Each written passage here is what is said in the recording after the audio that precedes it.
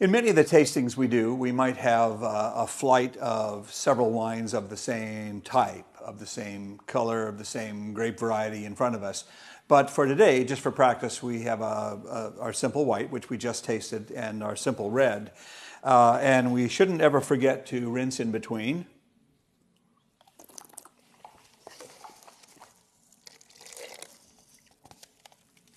If I'm going to taste a lot of wines, I might want to have a bucket nearby to dump this into, but for now I'm fine. So pick up your red glass. The steps that we go through for red wine tasting are the same as white, but in a couple of areas there are separate things we want to look for. So the first thing we do is what? Our visual evaluation, right? So since reds are darker, they're more dense, they're more difficult to see through, I could hold this up and see if I can actually see through that wine, and I can't. So I may want to hold it down with my white paper in the background and see if I can see through it.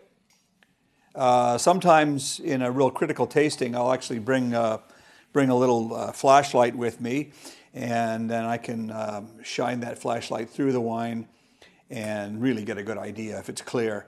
This particular glass of wine that I have is crystal clear. It's absolutely clear as clear can get.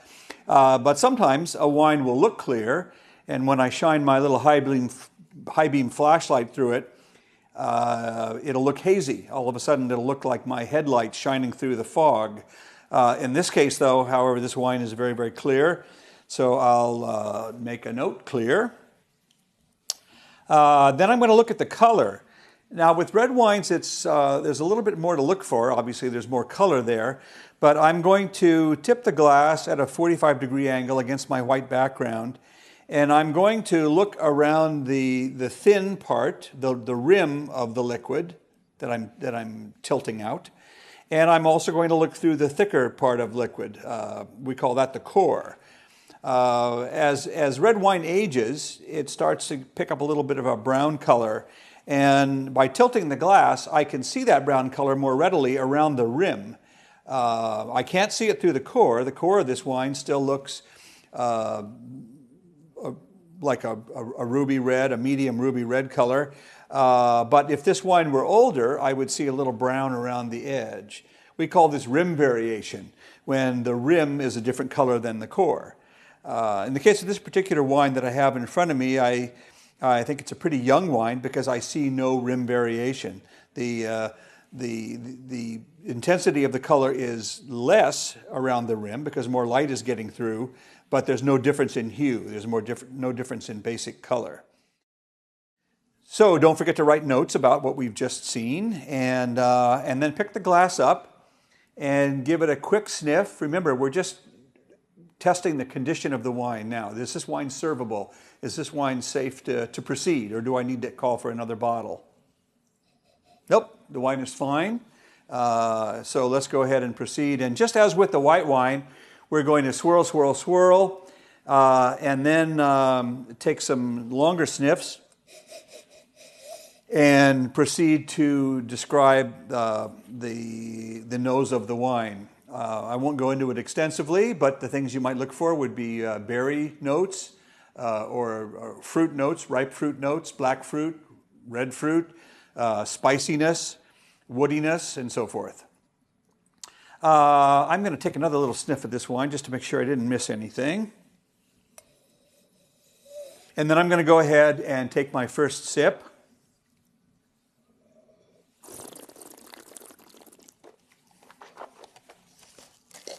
Remember, that first sip is just to ascertain basic tastes: sweetness, sourness, bitterness. But now, since we have a red wine in our hand, bitterness is a little bit more interesting thing to look for. So first of all, sweetness. Is this wine sweet? No, this wine is dry, no sweetness. What about sourness or acidity? It's medium or it's adequate. It's not sticking out. It's just fine. It's balanced. What about bitterness? Yes, there's a little bit of bitterness in this red wine. But I have to think back on my experience with red wine. Is this bitter because it's the first red wine I've had today, the first red wine I've tasted, and I'm comparing it to the white wine I just tasted? Well, of course it is bitter comparatively, but in the world of red wines, this is a fairly mild wine. It's not very bitter. I would say that the bitter is in balance with everything else in the wine. So I would make note of that, and then I would go ahead and take another sip. And remember, on our second sip, what we're looking for. We're going to move the wine around in our mouth a little more. We're going to gargle it, maybe pull a little bit of air in, and we're going to think about what we're smelling retronasally while the wine is on our palate.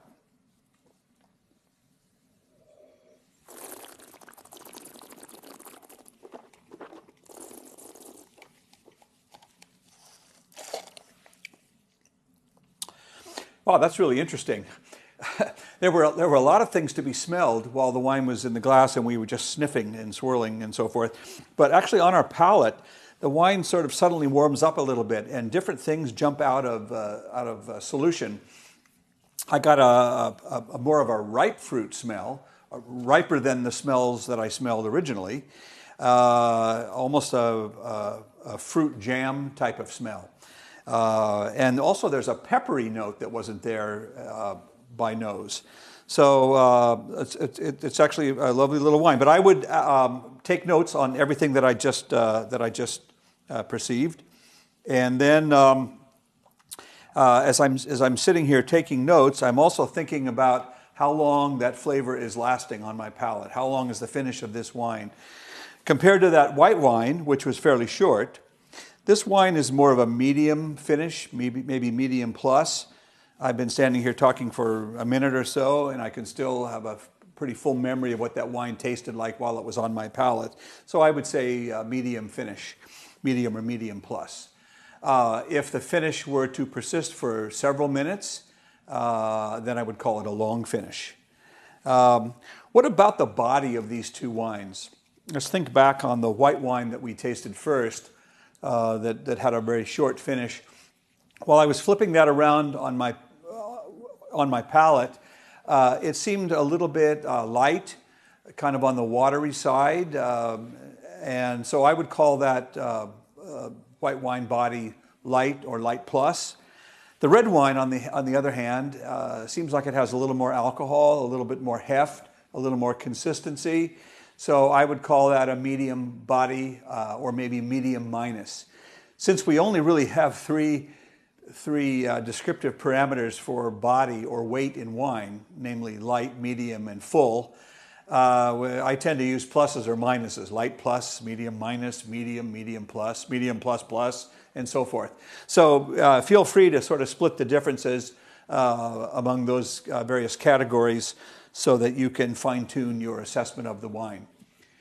So I think that's a pretty good practice to get you through the ritual of the mechanics of wine tasting, looking at it, giving a quick sniff and then a more profound sniff, taking an initial taste on your palate and then a follow-up taste on your palate, thinking about what aromatics you perceive while the wine is on your palate, and then thinking about how the wine sort of lingers in your tasting memory for seconds or minutes or beyond. Good job on our first tasting. Think about all the things that we've covered in this module. We've talked about wine styles. We've talked about the tasting setup, the tools and the elements that you need to conduct a proper tasting. The main thing is to find a clean, well-lighted place, a place where you can sit without distraction, kind of restrict the noise in the room and focus on what's in the glass. And we've actually talked about the glasses that you should go out and buy. We've talked about a couple of wines to get us started. And what I'd like to ask you to do is to find your closures for these two bottles. And let's go ahead and recork the wines, so to speak, and save them for future modules. We'll be able to use these subsequently. We'll be able to use them later in the class after they've been sitting partial for a while, and we start to look at possible aromatic faults in wines, because as they sit partial, they'll begin to become oxidized. So don't toss the rest out, and save it for future lessons.